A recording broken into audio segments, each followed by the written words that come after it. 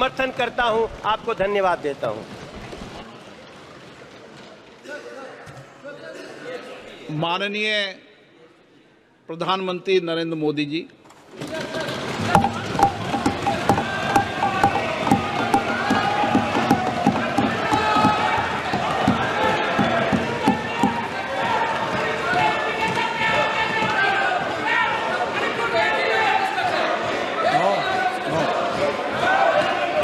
मणिपुर के बोलिए, एक बार एक स्पीकर बोलिए।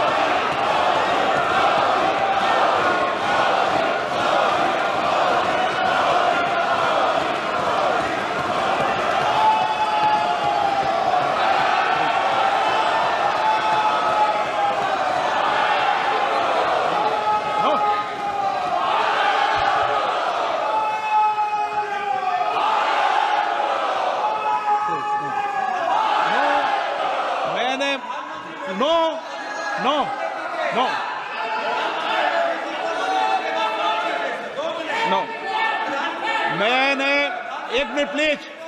नो, ये तरीका ठीक नहीं है, प्लीज।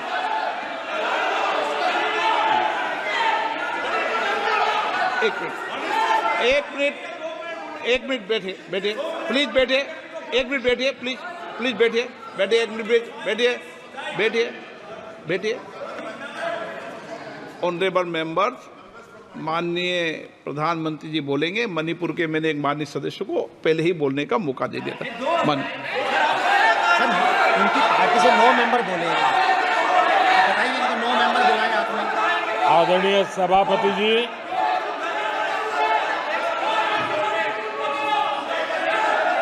मैं राष्ट्रपति जी के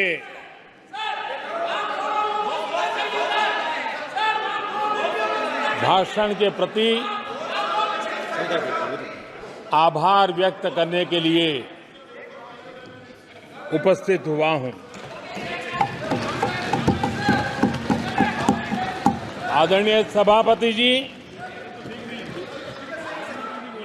हमारे आदरणीय राष्ट्रपति जी ने विकसित भारत के संकल्प को अपने प्रवचन में विस्तार दिया है। आदरणीय राष्ट्रपति महोदया ने अहम विषय उठाए हैं।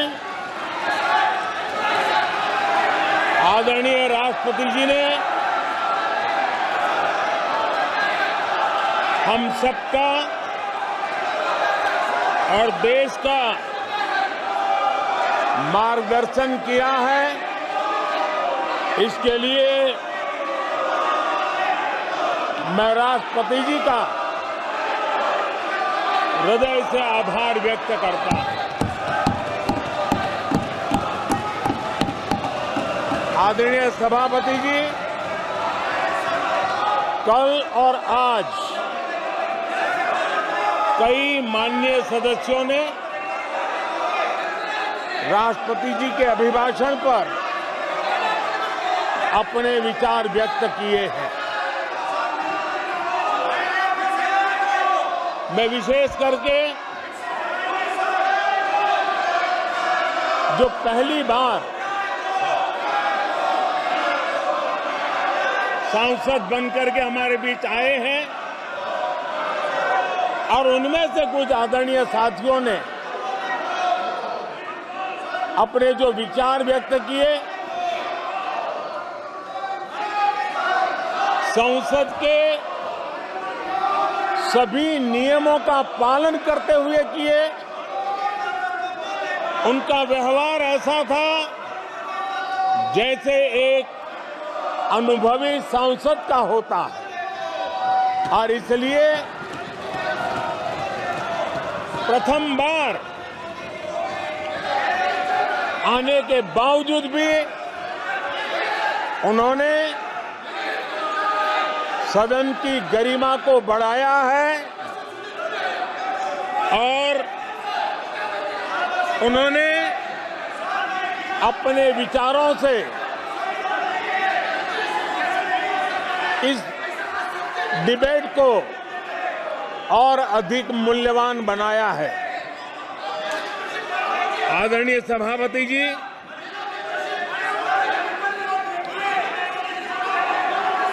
देश ने एक सफल चुनाव अभियान को पार करते हुए विश्व को दिखा दिया है कि ये दुनिया का सबसे बड़ा चुनाव अभियान था। देश की जनता ने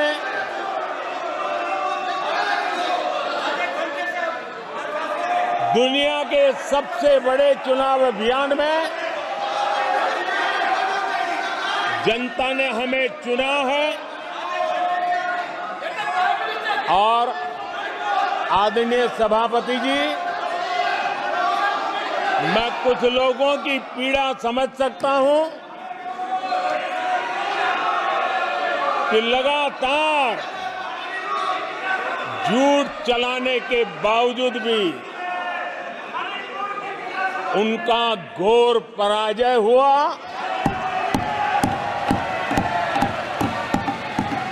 और लोकतंत्र के माननीय प्रतिपक्ष के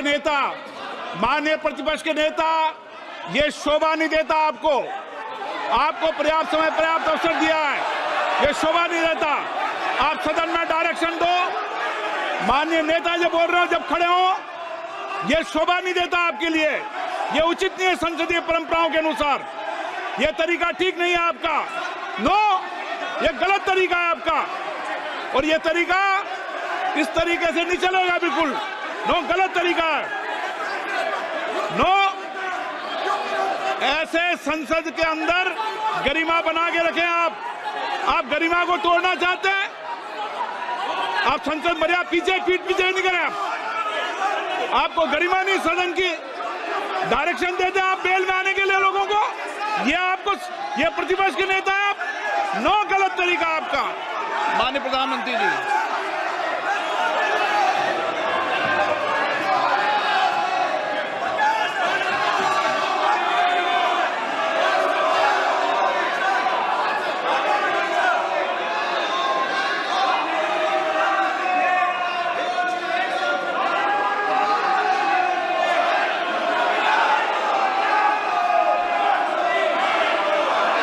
आदरणीय सभापति जी,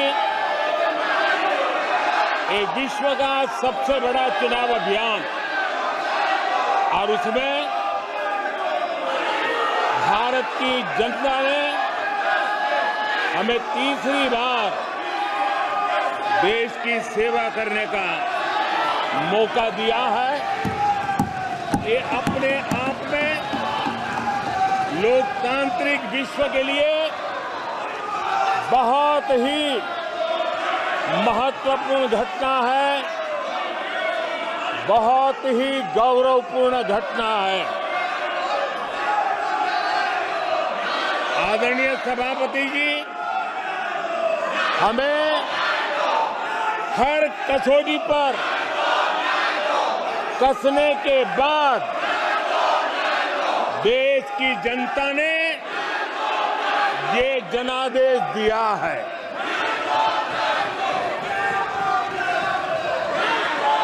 जनता ने हमारे 10 साल के ट्रैक रिकॉर्ड को देखा है।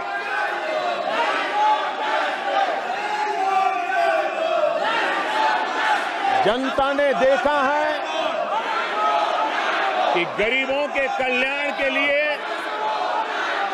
हमने जिस समर्पण भाव से जन सेवा ही प्रभु सेवा इस मंत्र को चरितार्थ करते हुए हमने जो कार्य किया है,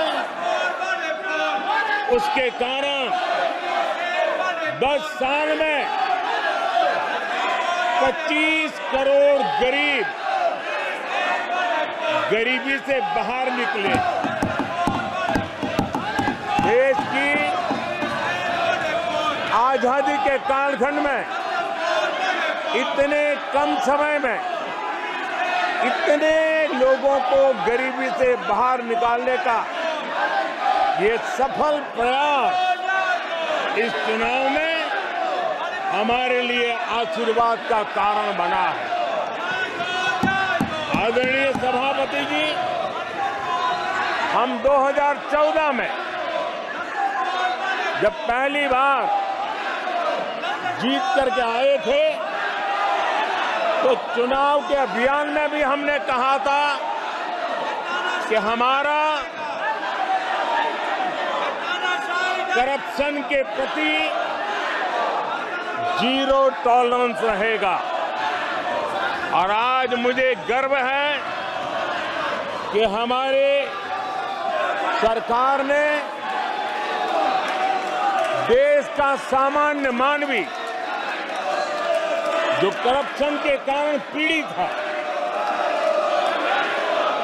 देश को करप्शन ने दीमक की तरह खोखला कर दिया है।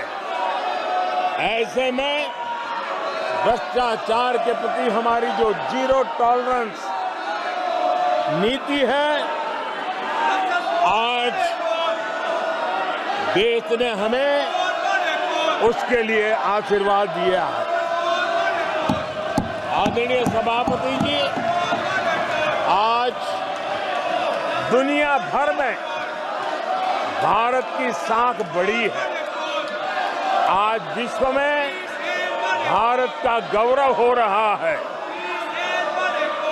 और भारत के तरफ देखने का नजरिया भी एक गौरवपूर्ण नजरिया हर भारतवासी अनुभव करता है। आदरणीय सभापति जी, देश की जनता ने देखा है कि हमारा एकमात्र लक्ष्य नेशन फर्स्ट है, भारत सर्वप्रथम है। हमारे हर नीति, हमारे हर निर्णय, हमारे हर कार्य का एक ही तराजू रहा है कि भारत प्रथम, और भारत की इस प्रथम की भावना के साथ देश में जो आवश्यक रिफॉर्म थे, उस रिफॉर्म को भी हमने लगातार जारी रखा है। 10 वर्ष में हमारी सरकार सबका साथ, सबका विकास, इस मंत्र को लेकर के लगातार देश के सभी लोगों का कल्याण करने का प्रयास करती रही है। आदरणीय सभापति जी, हम उस सिद्धांतों को समर्पित है जिसमें भारत के संविधान के स्पिरिट के अनुसार सर्वपंथ संभाव, उस विचार को सर्वोपरि रखते हुए हमने देश की सेवा करने का प्रयास किया। आदरणीय सभापति जी, इस देश ने लंबे अरसे तक तुष्टीकरण की राजनीति भी देखी। इस देश ने लंबे अरसे तक तुष्टीकरण का गवर्नेंस का मॉडल भी देखा। देश ने पहली बार सेक्युलरिज्म का एक पूरा हमने जो प्रयास किया, और वो हमने तुष्टीकरण नहीं, संतुष्टीकरण और संतुष्टीकरण के विचार को लेकर के हम चले हैं। और जब हम संतुष्टीकरण की बात करते हैं तो इसका मतलब है कि हर योजना का सैचुरेशन, गवर्नेंस की आखिरी व्यक्ति तक पहुंचने की हमारी जो संकल्पना है, इसको परिपूर्ण करना। और जब हम सैचुरेशन के सिद्धांत को लेकर चलते हैं, तब सैचुरेशन सच्चे अर्थ में सामाजिक न्याय होता है। सेक्युलेशन सच्चे अर्थ में सेक्युलरिज्म होता है और उसी को देश की जनता ने हमें तीसरी बार बिठा करके मोहर लगा दी है। आदरणीय सभापति जी, अपीजमेंट ने इस देश को तबाह करके रखा है और इसलिए हमने justice to all, appeasement to none, इस सिद्धांत को लेकर के हम चले हैं। आदरणीय सभापति जी, 10 साल के हमारे कार्य को देखने परखने के बाद भारत की जनता ने हमारा समर्थन किया है। आदरणीय सभापति जी, हमें फिर एक बार 140 करोड़ देशवासियों की सेवा करने का मौका मिला है। आदरणीय सभापति जी, इस चुनाव ने इस बात को सिद्ध किया है कि भारत की जनता कितनी परिपक्व है, भारत की जनता कितने विवेकपूर्ण रूप से और कितने उच्च आदर्शों को लेकर के अपने विवेक का सद्बुद्धि से उपयोग करती है और उसी का नतीजा है कि आज तीसरी बार हम आपके सामने, देश की जनता के सामने नम्रतापूर्वक सेवा करने के लिए उपस्थित हुए हैं। आदरणीय सभापति जी, देश की जनता ने हमारी नीतियों को देखा है, हमारी नियत, हमारी निष्ठा, उस पर देश की जनता ने भरोसा किया है। आदरणीय सभापति जी, इस चुनाव में हम जनता के बीच एक बड़े संकल्प के साथ देश की जनता के पास आशीर्वाद मांगने के लिए गए थे और हमने आशीर्वाद मांगा था विकसित भारत के हमारे संकल्प के लिए। हमने विकसित भारत के निर्माण के लिए एक प्रतिबद्धता के साथ, एक शुभ निष्ठा के साथ जन सामान्य का कल्याण करने के इरादे से हम गए थे।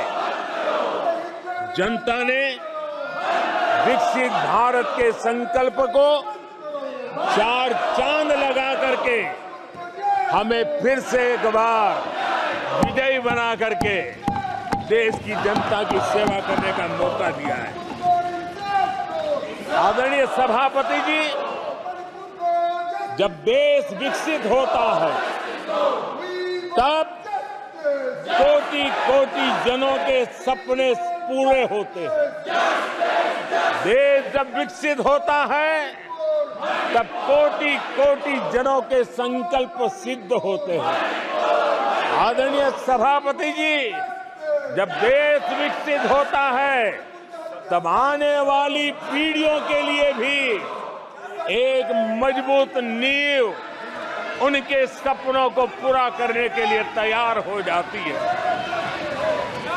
आदरणीय सभापति जी, विकसित भारत का सीधा सीधा लाभ हमारे देश के नागरिकों की गरिमा, हमारे देश के नागरिकों के क्वालिटी ऑफ लाइफ में सुधार, ये स्वाभाविक हमें विकसित भारत होने से देश के कोटि कोटि जनों के भाग्य में आता है। आजादी के बाद मेरा देश का सामान्य नागरिक इन चीजों के लिए तरसता रहा है। आदरणीय सभापति जी, जब विकसित भारत होता है तब हमारे गांव की स्थिति, हमारे शहरों की स्थिति, उसमें भी बहुत बड़ा सुधार होता है। गांव के जीवन में गौरव भी होता है, गरिमा भी होती है और विकास के नए नए अवसर भी होते हैं। हमारे शहरों का विकास भी एक अवसर के रूप में विकसित भारत में उभरता है, तब दुनिया की विकास यात्रा में भारत के शहर भी बराबरी करेंगे। ये हमारा सपना है। आदरणीय सभापति जी, विकसित भारत का मतलब होता है कोटि कोटि नागरिकों को कोटि कोटि अवसर उपलब्ध होते हैं, अनेक अनेक अवसर उपलब्ध होते हैं और वो अपने कौशल्य, अपनी क्षमता और संसाधनों के अनुसार विकास की नई सीमाओं को प्राप्त कर सकता है। आदरणीय सभापति जी,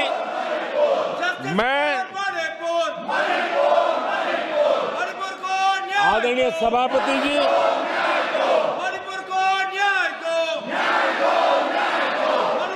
आदरणीय सभापति जी, मैं आज आपके माध्यम से देशवासियों को विश्वास दिलाता हूं,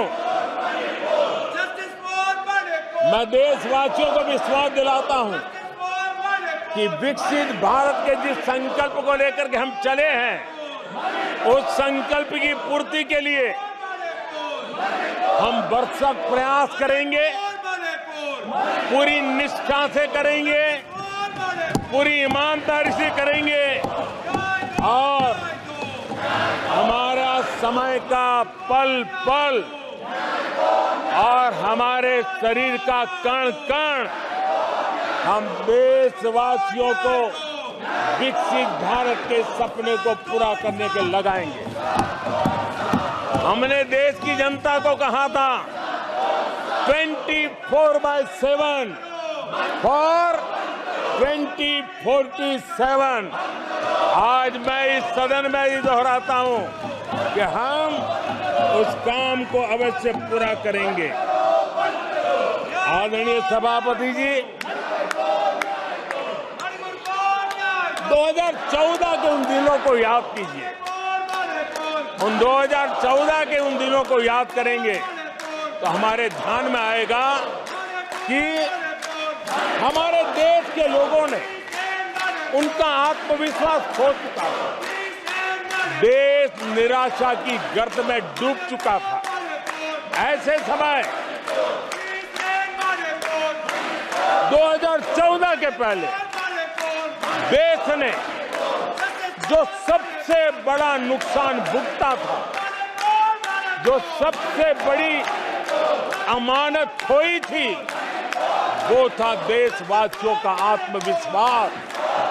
और जब विश्वास और आत्मविश्वास खो जाता है, तब उस व्यक्ति को, उस समाज को, देश को खड़ा होना मुश्किल हो जाता है।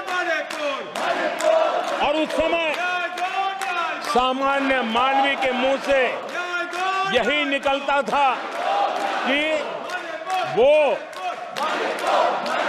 इस देश का कुछ हो नहीं सकता। उस समय हर जगह पे ये 7 शब्द सुनाई देते थे, इस देश का कुछ नहीं हो सकता। यही शब्द 2014 के पहले सुनाई देते थे। भारतीयों की हताशा के इन 7 शब्द एक प्रकार से पहचान बन गए थे। उस समय आए दिन अखबार खोलते थे तो घोटालों की खबरें ही पढ़ने को मिलती थी और सैकड़ों करोड़ के घोटाले, रोज नए घोटाले, घोटालों से स्पर्धा, ये घोटालेबाज लोगों के घोटाले, इसी का एक कालखंड था।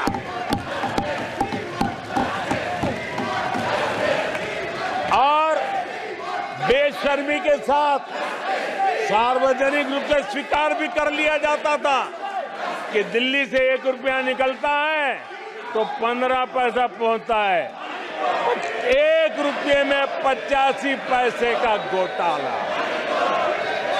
इस घोटालों की दुनिया ने देश को निराशा की गर्त में डुबो दिया था। पॉलिसी पैरालिसिस था, फ्रेजाइल 5 में पहुंच चुके थे।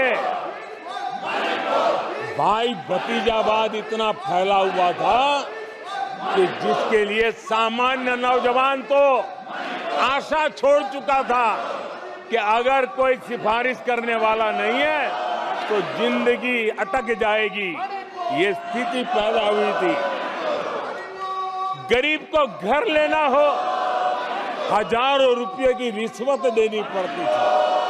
आदरणीय सभापति जी, अरे गैस के कनेक्शन के लिए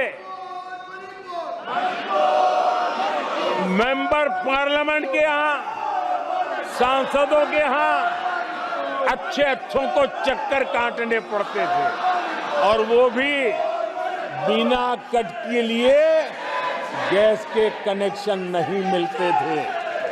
आदरणीय सभापति जी, मुफ्त राशन भी पता नहीं कब बाजार में दुकान पर बोर्ड लटक जाए, हक का राशन नहीं मिलता था, उसके लिए भी रिश्वत देनी पड़ती थी। और हमारे ज्यादातर भारतीय भाई बहन इतने निराश हो चुके थे कि वो अपने भाग्य को दोष दे करके, अपने नसीब को दोष दे करके जिंदगी काटने के लिए मजबूर हो जाते थे। आदरणीय सभापति जी, वो एक वक्त था 2014 के पहले, जब वो 7 शब्द हिंदुस्तान के जनमन में स्थिर हो चुके थे। निराशा की गर्त में डूबा हुआ समाज था। तब देश की जनता ने हमें सेवा करने के लिए चुना, और वो पल देश के परिवर्तित युग का प्रारंभ हो चुका था। और 10 साल में मैं कहूंगा मेरी सरकार की अनेक सफलताएं हैं, अनेक सिद्धियां हैं, लेकिन एक सिद्धि जिसने हर सिद्धियों में भी जोर भर दिया, ताकत भर दी, वो थी देश निराशा की गर्त में से निकल करके आशा और विश्वास के साथ खड़ा हो गया। देश में आत्मविश्वास बुलंदी पर पहुंचा, और उसके कारण वो सब वक्त का जो शब्द थे देश की युवा पीढ़ी की डिक्शनरी से निकलने लगे। धीरे धीरे देश के मन में स्थिर हो गया। जो 2014 से पहले कहते थे कुछ नहीं हो सकता, वो कहने लगे तब इस देश में सब कुछ हो सकता है, इस देश में सब कुछ संभव है। ये विश्वास जताने का काम किया हमने। जब हमने सबसे पहले तेज 5G रोल आउट हमने दिखाया, आज देश कहने लगा तीव्र गति से 5G का रोल आउट होना। देश गौरव से कहने लगा भारत कुछ भी कर सकता है। आदरणीय सभापति जी, वो एक जमाना था जब कोयले घोटाले में बड़ों के हाथ काले हो चुके थे। आज कोयले का सर्वाधिक उत्पाद, सर्वाधिक प्रोडक्शन आज कोल प्रोडक्शन के विक्रम हुए हैं और इसी के कारण देश अब कहने लगा है अब भारत कुछ भी कर सकता है। आदरणीय सभापति जी, वो एक समय था 2014 के पहले जब फोन बैंकिंग करके बड़े बड़े बैंक घोटाले किए जा रहे थे। अपनी पर्सनल प्रॉपर्टी की तरह बैंक का खजाना लूट लिया गया था।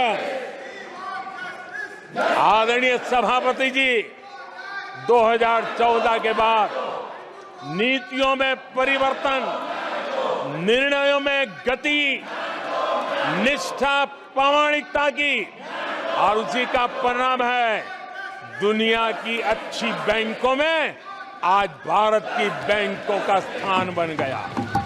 आज भारत की बैंक सर्वाधिक मुनाफा करने वाली बैंक बन गई और लोगों की सेवा करने की जगह।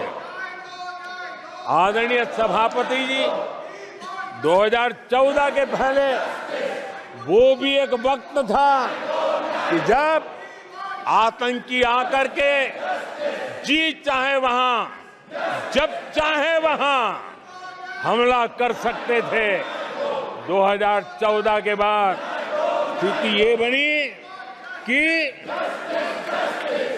जब वहां उस समय 14 के पहले निर्दोष लोग मारे जाते थे, हिंदुस्तान के कोने कोने को टारगेट किया जाता था और सरकारें चुपचाप बैठी रहती थी, मुंह तक खोलने को तैयार नहीं थी।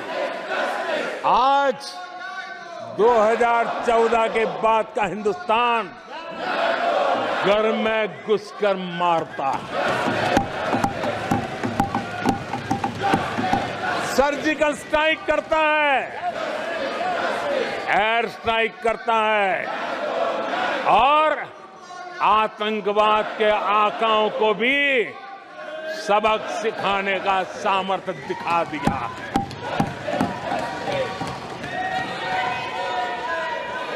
आज आदरणीय सभापति जी, देश का एक एक नागरिक जानता है कि अपनी सुरक्षा के लिए भारत कुछ भी कर सकता है।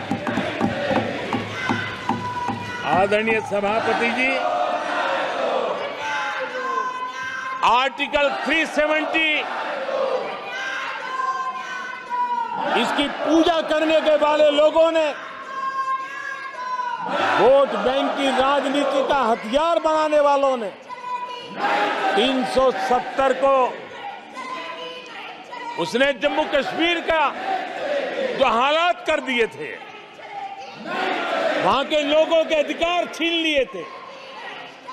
भारत का संविधान जम्मू की कश्मीर की सीमा में प्रवेश नहीं कर सकता था और यहां संविधान सर पे रख करके नाचने वाले लोग संविधान को जम्मू कश्मीर में लागू करने का हौसला नहीं रखते, बाबा साहब अम्बेडकर का अपमान किया करते थे। और 370 का वो जमाना था, सेनाओं पर पत्थर चलते थे और लोग निराशा में डूब करके कहते थे अब तो जम्मू कश्मीर में कोई हो नहीं सकता है। आज आर्टिकल 370 की दीवार गिरी,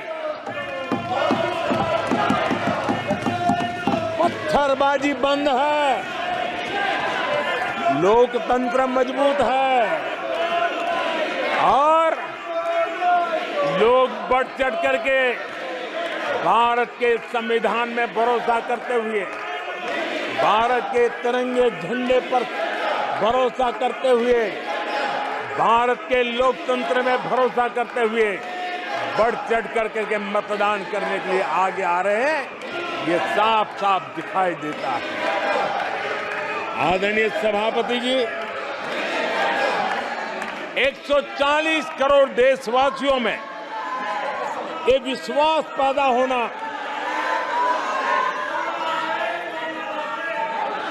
ये उम्मीद और जब विश्वास जगता है तो विकास का वो ड्राइविंग फोर्स बन जाता है। इस विश्वास ने विकास का ड्राइविंग फोर्स का काम किया है। आदरणीय सभापति जी, ये विश्वास विकसित भारत संकल्प से सिद्धि का विश्वास है। आदरणीय सभापति जी, जब आजादी का जंग चल रहा था और जो भाव देश में था, जो जोश था, उत्साह था, उमंग था, जो विश्वास था कि आजादी लेके रहेंगे, आज देश के कोटि कोटि जनों में वो विश्वास पैदा हुआ है, जिस विश्वास के कारण आज विकसित भारत होना एक प्रकार से उसकी मजबूत नींव इस चुनाव में शिलान्यास हो चुका है। जो ललक आजादी के आंदोलन में थी, वही ललक विकसित भारत के इस सपने को साकार करने में है।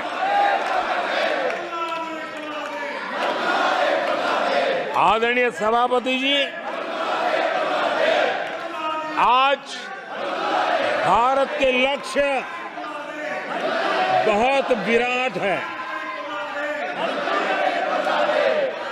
और आज भारत को एक ऐसी स्थिति पे 10 साल में पहुंचा है कि हमें खुद से ही स्पर्धा करनी है, हमें ही अपने पुराने रिकॉर्ड तोड़ने हैं और नेक्स्ट लेवल पर हमें हमारी विकास की यात्रा को ले जाना है।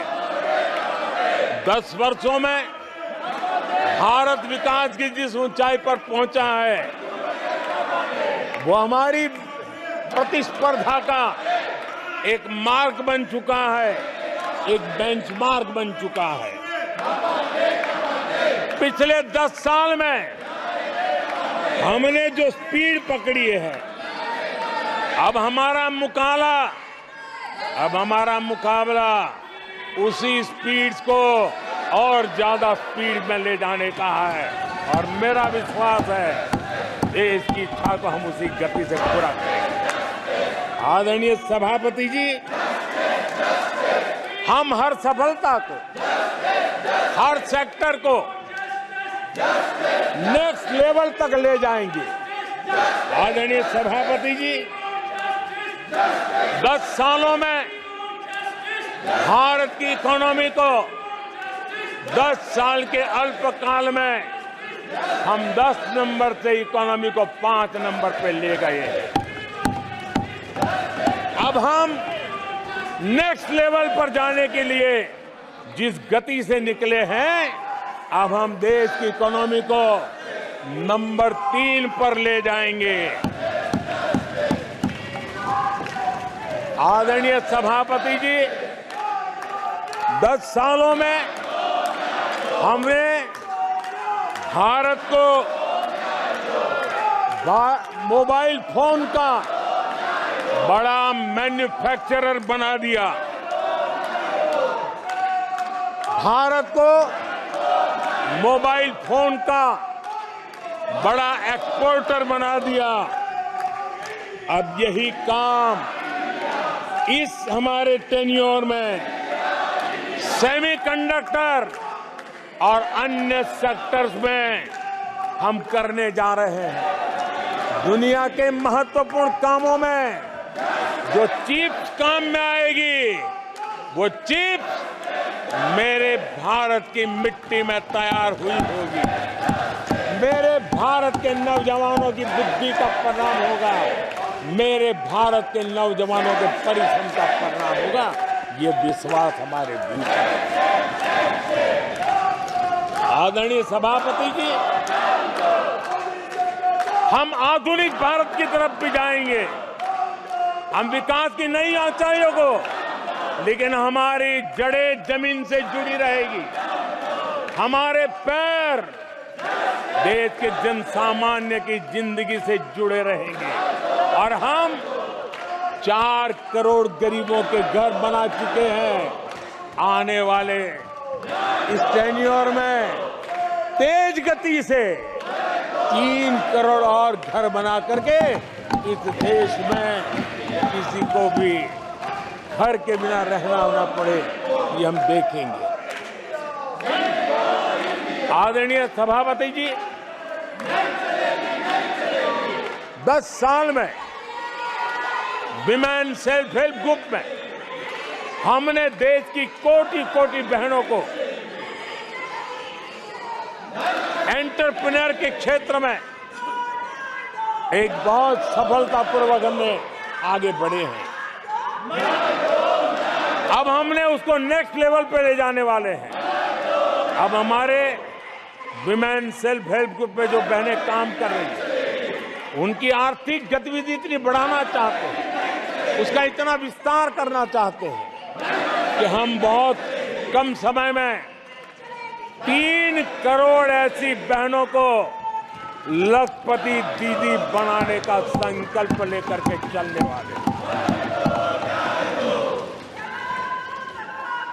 आदरणीय सभापति जी, मैंने पहले भी कहा है, आज मैं फिर से दोहराऊं,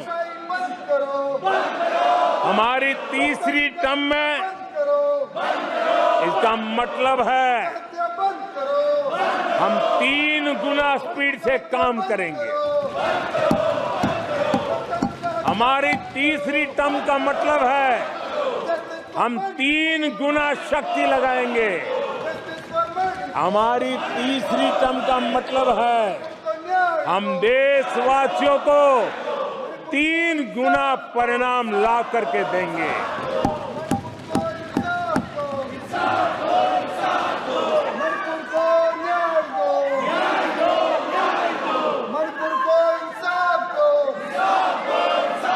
अपने सदस्यगणों, नेता प्रतिपक्ष, माननीय सदस्य, मैंने सबको मौका दिया। आपने 90 मिनट बोला, ये संसद में तरीका ठीक नहीं है। मैं आग्रह करूंगा, आप इस तरीके से संसद की मर्यादाओं को बनाए, उचित नहीं है। आप जाइए बेल में से, बैठिए। आपको पर्याप्त समय, पर्याप्त अवसर दिया। आपको 90 मिनट बोलने दिया और समय पूरा दिया। आपकी सभी सदस्यों को बोलने का अवसर दिया, लेकिन आप जब सदन के नेता बोलते हैं, जिस तरीके का व्यवहार करते हैं, ये संसदीय परंपराओं के अनुरूप नहीं है। और ये इतनी बड़ी पार्टी जो लेकर आप चल रहे हो, उसकी परंपराओं के अनुरूप भी नहीं है। ये 5 साल ऐसे चलने वाला नहीं है। माननीय प्रधानमंत्री जी। आदरणीय सभापति जी,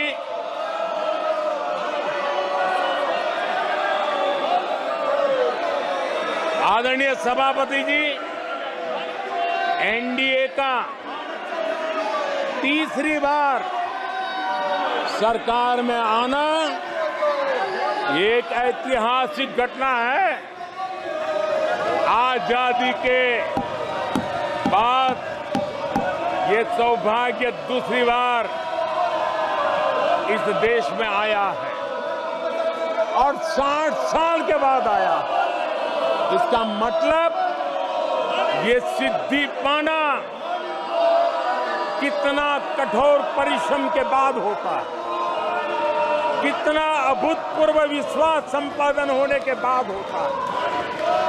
ऐसे ही ये राजनीति के खेल से नहीं होता है, जनता जनार्दन की सेवा से प्राप्त आशीर्वाद से होता है।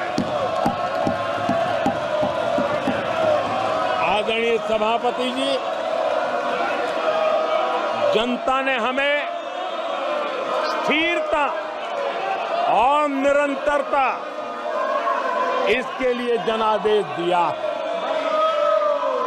लोकसभा चुनाव के साथ ही आदरणीय सभापति जी, लोगों की नजर से चीजें जरा ओझल हो गई।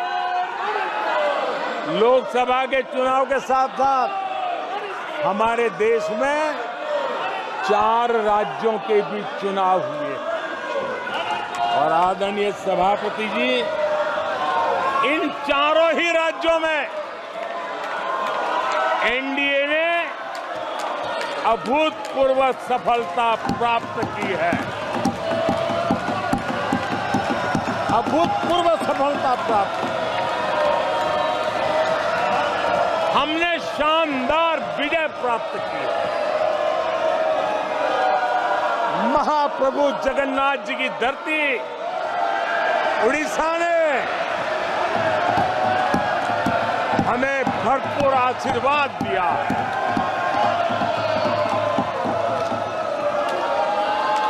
आदरणीय सभापति जी, आंध्र प्रदेश एनडीए ने क्लीन स्वीप किया है। सूक्ष्मदर्शक यंत्र में भी ये नजर नहीं आते हैं। आदरणीय सभापति जी, अरुणाचल प्रदेश हम फिर एक बार सरकार बनाई है। सिक्किम में एनडीए ने फिर एक बार सरकार बनाई है। अभी 6 महीने पहले ही आदरणीय सभापति जी, आपका होम स्टेट राजस्थान, मध्य प्रदेश और छत्तीसगढ़ में हमने प्रचंड विजय पाया है। आदरणीय सभापति जी, हमें नए नए क्षेत्रों में जनता का प्यार मिल रहा है, जनता का आशीर्वाद मिल रहा है। आदरणीय सभापति जी, बीजेपी ने केरला में इस बार खाता खोला है और बड़े गर्व के साथ केरला से हमारे सांसद हमारे साथ बैठते हैं। तमिलनाडु में कई सीटों पर बीजेपी ने दमदार उपस्थिति दर्ज की है। कर्नाटक, यूपी और राजस्थान में पिछली बार की तुलना में बीजेपी का वोट परसेंट बढ़ा है। आने वाले समय में 3 राज्यों में चुनाव है। जिन राज्यों में चुनाव उसमें से 3 की मैं बात करता हूं। महाराष्ट्र, हरियाणा और झारखंड, यहां चुनाव आ रहे हैं। आदरणीय सभापति जी,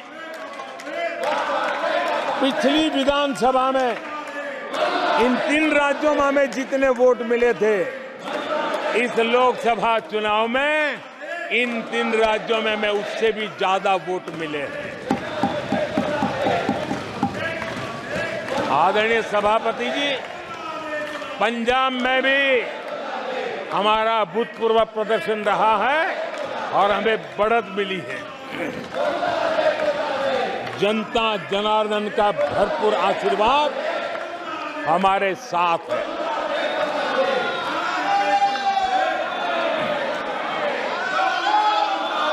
आदरणीय सभापति जी,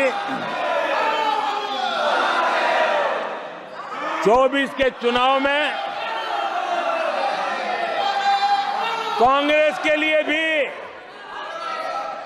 इस देश की जनता ने जनादेश दिया है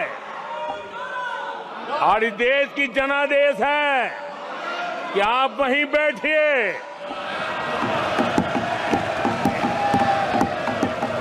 विपक्ष में ही बैठो और तर्क खत्म हो जाए तो चीखते रहो, चिल्लाते रहो।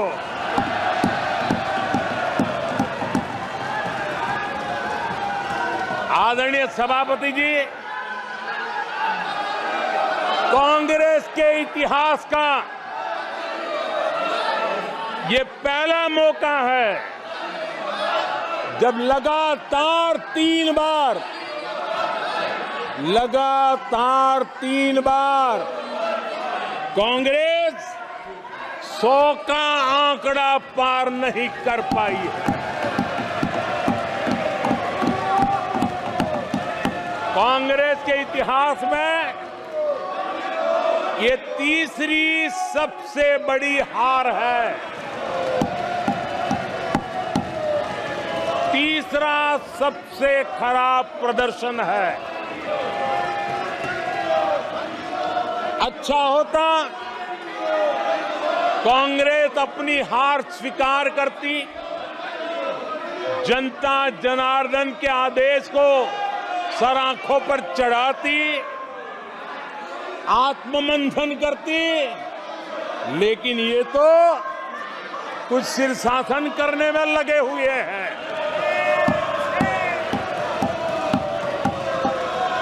और कांग्रेस और उसकी इकोसिस्टम दिन रात बिजली जला करके हिंदुस्तान के नागरिकों के मन में ये प्रस्थापित करने की कोशिश कर रहे हैं कि उन्होंने हमें हरा दिया है। आदरणीय सभापति जी, ऐसा क्यों हो रहा है, मैं जरा अपने सामान्य जीवन के अनुभव से बताता हूं। कोई छोटा बच्चा साइकिल लेके निकला है और अगर वो बच्चा गिर जाता है, साइकिल से लुढ़क जाता है, रोने लगता है, तो कोई बड़ा व्यक्ति आकर के उसके पास पहुंच जाता है और उसको कहता है, देखो चींटी मर गई, देखो चिड़िया उड़ गई, अरे देखो तुम तो बहुत बढ़िया साइकिल चलाते हो, अरे तुम तो गिरे नहीं हो। ऐसा करके उसका जरा मन ठीक करने के लिए प्रयास करते हैं, उसका ध्यान भटका करके उस बच्चे का मन बहला देते हैं। तो आजकल बच्चे का मन बहलाने का काम चल रहा है।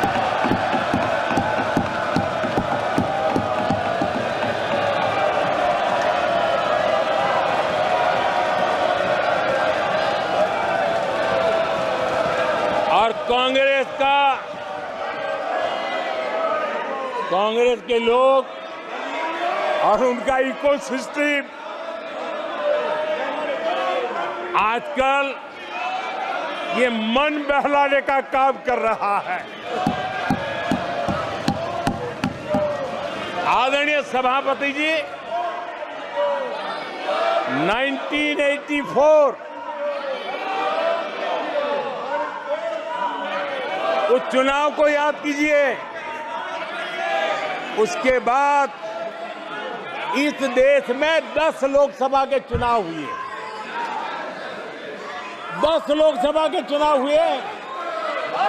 84 के बाद 10-10 लोकसभा के चुनाव होने के बावजूद भी कांग्रेस 250 के आंकड़े को छू नहीं पाई है।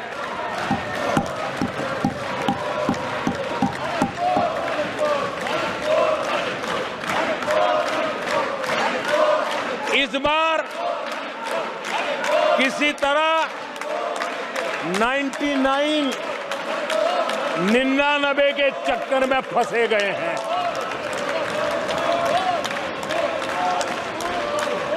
आदरणीय सभापति जी, मुझे एक किस्सा याद आता है।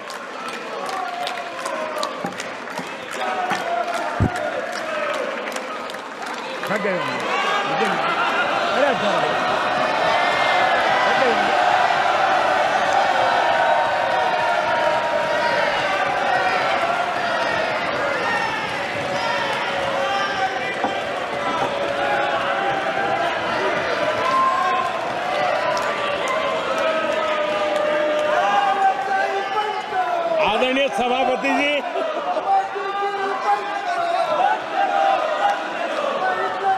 मुझे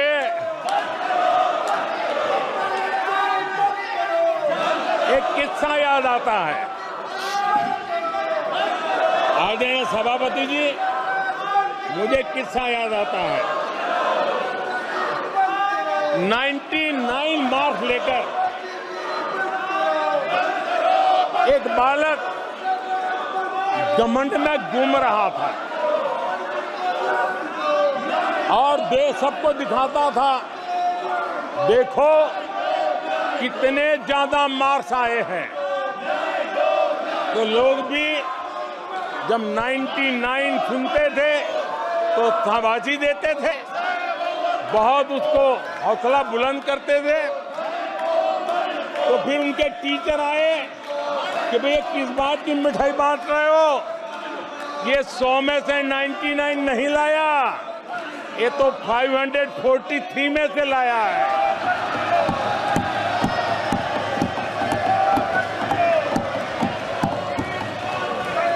अब उस बालक बुद्धि को कौन समझाए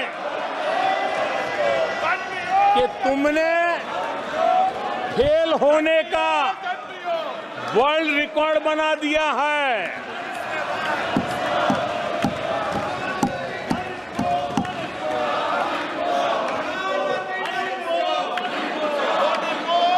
कांग्रेस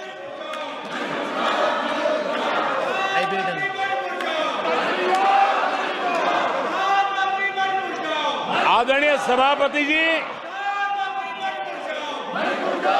कांग्रेस के नेताओं के बयानों में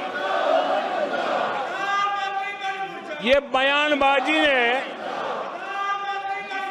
शोले फिल्म को भी पीछे छोड़ दिया है।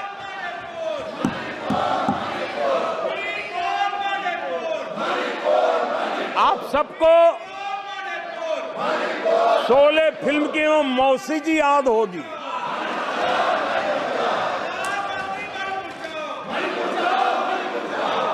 तीसरी बार तो हारे हैं, पर मौसी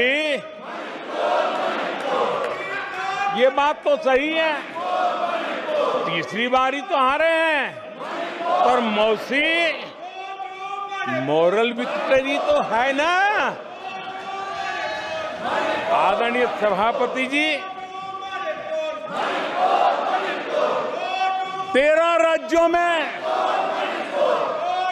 0 सीटें आई हैं। अरे मौसी, 13 राज्यों में 0 सीटें आई हैं, पर हीरो तो है ना।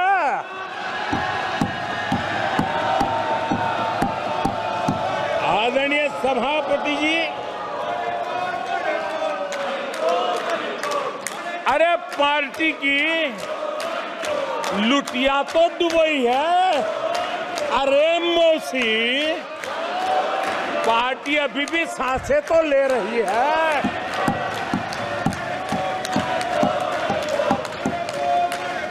मैं कांग्रेस के लोगों को कहूंगा,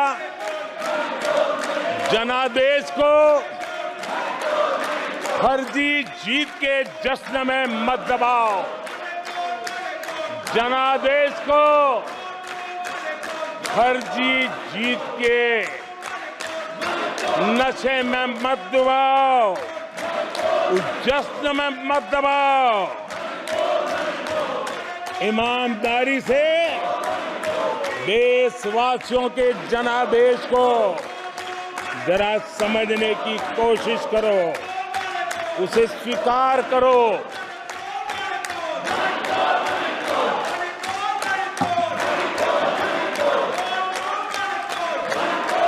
आदरणीय सभापति जी, मुझे नहीं पता कि कांग्रेस के जो साथी दल है, उन्होंने इस चुनाव का विश्लेषण किया है कि नहीं किया है। ये चुनाव इन साथियों के लिए भी एक संदेश है। आदरणीय सभापति जी, अब कांग्रेस पार्टी 2024 से एक परजीवी कांग्रेस पार्टी के रूप से जानी जाएगी। 2024 से जो कांग्रेस है वो परजीवी कांग्रेस है, और परजीवी वो होता है जो जिस शरीर पर उस शरीर के साथ रहता है, ये परजीवी उसी को ही खाता है। कांग्रेस भी जिस पार्टी के साथ गठबंधन करती है, उसी के वोट खा जाती है और अपनी सहयोगी पार्टी की कीमत पर वो फलती फूलती है। और इसलिए कांग्रेस परजीवी कांग्रेस बन चुकी है। मैं जब परजीवी कह रहा हूं तो तथ्यों के आधार पर कह रहा हूं। आदरणीय सभापति जी, मैं कुछ आंकड़े आपके माध्यम से सदन को और इस सदन के माध्यम से देश के सामने रखना चाहता हूं। जहां जहां भाजपा और कांग्रेस का सीधा मुकाबला था या जहां